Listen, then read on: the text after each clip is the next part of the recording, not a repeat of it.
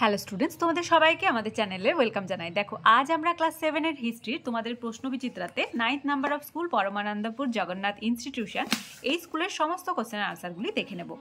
তাহলে চলো দেরি না করে আজকে ক্লাসটি শুরু করি। রাজা লক্ষণ সেনের রাজধানী ছিল পূর্ববঙ্গের বিক্রমপুরে। Option D is the right answer. Pal ও সেন যুগের রাজারা উৎপন্ন ফসলের ওপর কর দিতেন, সবাই পারবে, 1/6 থার্ড, বঙ্গ নামের প্রথম উল্লেখ পাওয়া যায় ঐতেরেয় আরণ্যকে। Option B is the right answer. 2 দাগের ফার্স্ট কোশ্চেন, কত খ্রিস্টাব্দ থেকে হিজরি সন গণনা করা হয়? আনসার হবে 622 খ্রিস্টাব্দ থেকে। সেকেন্ড, চর্যাপদের পুঁথি নেপাল থেকে কে উদ্ধার করেন? হরপ্রসাদ শাস্ত্রী, লিখে নাও। 3 দাগের ফার্স্ট, ব্রহ্মোদয় ব্যবস্থা বলতে কি বোঝো? এখান থেকে এতটা লিখবে। দেখো নেক্সট ওয়ান, ত্রিশক্তি সংগ্রাম কত বছর ধরে চলেছিল? ত্রিশক্তিগুলির নাম লিখবে। 200 বছর ধরে চলেছিল। আর যে ত্রিশক্তিগুলির নাম হচ্ছে বাংলার পাল, পশ্চিম ভারতের গুর্জর প্রতিহার, আর থার্ড হচ্ছে দক্ষিণ ভারতের রাষ্ট্রকূট।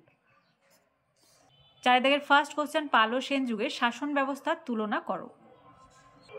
দেখো বক্সের আকারে দেওয়া রয়েছে পাল ও সেন যুগ, এখান থেকে লিখবে।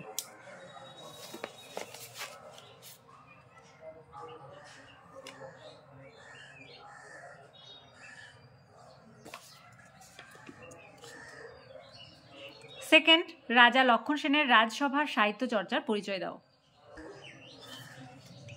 লক্ষণ সেনের সাহিত্য চর্চা, এখান থেকে এতটা লিখবে। 5 দাগের ফার্স্ট কোশ্চেন, শশাঙ্কের আমলে বাংলার আর্থিক অবস্থা কেমন ছিল? এখান থেকে এতটা লিখবে। আজকে ক্লাসের লাস্ট কোশ্চেন, পাল যুগে সমাজ ও ধর্মীয় ব্যবস্থা কেমন ছিল? এখান থেকে শুরু করবে।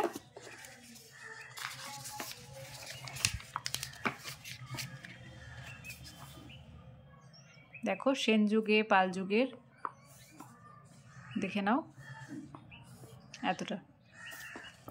তাহলে আজকে দেখো 9th number of school Paramanandapur Jagannath institution এই স্কুলের সমস্ত কোশ্চেনের আনসারগুলি দেখে নিলাম।